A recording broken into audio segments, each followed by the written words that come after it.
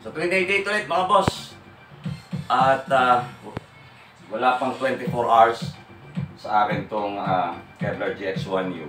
Pagising ko kanina, ilan na kagad yung queries na gusto nilang malaman. Interesado rin ako dahil nga mabigat, gusto ko makita ang laman ng loob. So yung isa, sabi niya kung ilang volts kaya ang power supply dito. So titingnan natin yun ngayon. Meron din nagtanong kung ano daw kaya RMS power nito. So nilabas ko na uli yung dummy load. At ito mga gamit. Sabay na natin sa isang video. Sagutin natin yung dalawang query na yun. You are watching Twin88 channel. Don't forget to subscribe.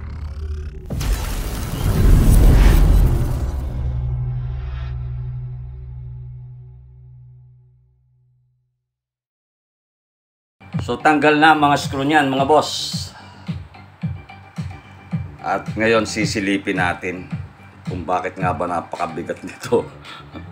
Hindi kaya steel plate ang ilalim ng chassis nito. So eto.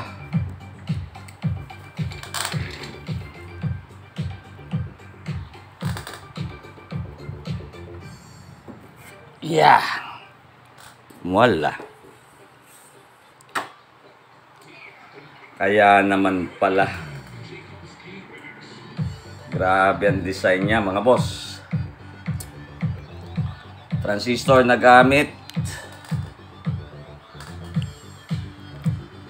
5200 at saka 1943. 2 pairs. Linis. Linis ng design. Grabe talaga gumawa Kevlar, oh. Yan lang, naka-SMD na tone control niya, naka-SMD na mga boss. Tingnan natin kung gano'ng kalapad ito. Laki. Kaya pala naman pagkakabig. Whoops. Ayan ang kanyang sukat. Grabe laki. So unahin na natin yung power supply daw. Nasaan kaya? Hanapin ko lang. Ayun. Lawan. Para makita. Ayan mga boss. 45-045, 70-017 at saka 011. Yun yung kanyang supply. Naka PWM ang kanyang fan. Pag mahina hindi umiikot, oh. Subukan talaksan. Oh, pag naglakas ka, saka lang siya umiikot. Pero pag mahina ang tugtog, hindi siya umiikot. So malamang dagdagan ko rin ito ng pan. Ayoko nun. Ayoko nung ganun. Siguro tutukan ko dito ng isa pang fan. At etong regulator. Para sigurado ako natatagal. Kagaya nung ginawa ko sa Kevlar GX3 natin. So ayan. Nasagot na natin yung una. Ilang volts? 45-045 mga boss.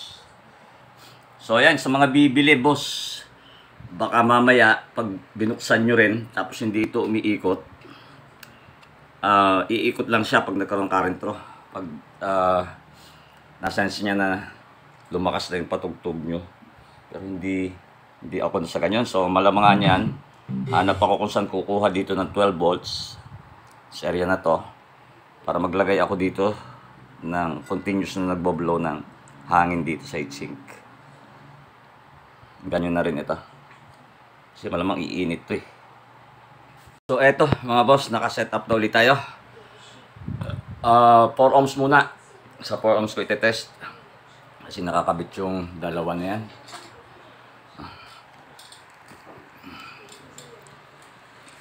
So gaya nung dati nating ginawa doon sa Kevlar, susukatan natin.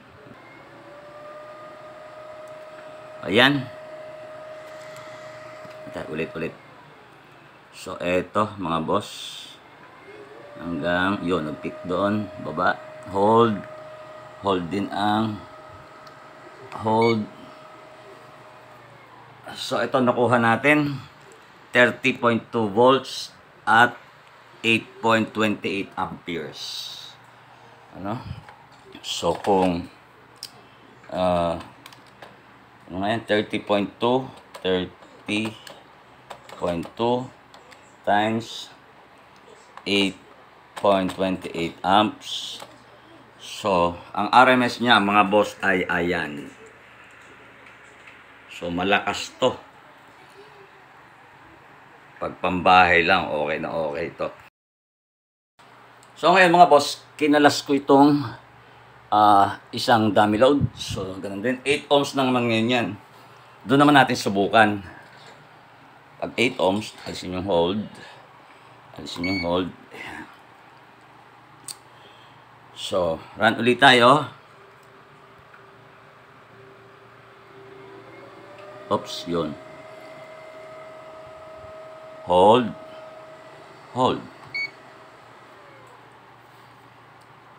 So, ang nakuha natin is 37.7 volts. 37.7 times 5 amps. So, bumaba yung 5.11. So, yan yung RMS niya at 8 ohms mga boss. 192.6. So, yan mga boss, ano? Nasilip na natin yung loob. Tapos, nasukatan na rin. So, sa March 8, masusubukan ko to ng matagal-tagal. Maghapon kasi kami sa covered court, may basketball league. So susubukan kong gamitin yan as base driver. Kasi ang dadalhin ng kasama namin ay powered speaker. Apat yata. Apat. Tapos base ang hinihiram nyo sa akin. So magdadala ako. Para masubukan na rin natin. Abangan nyo yun. Pakita ko na rin yun. So hanggang dito na lang muna. At maraming salamat doon sa mga subscribers natin and viewers also. Maraming salamat po. Abangan nyo ulit yung susunod natin.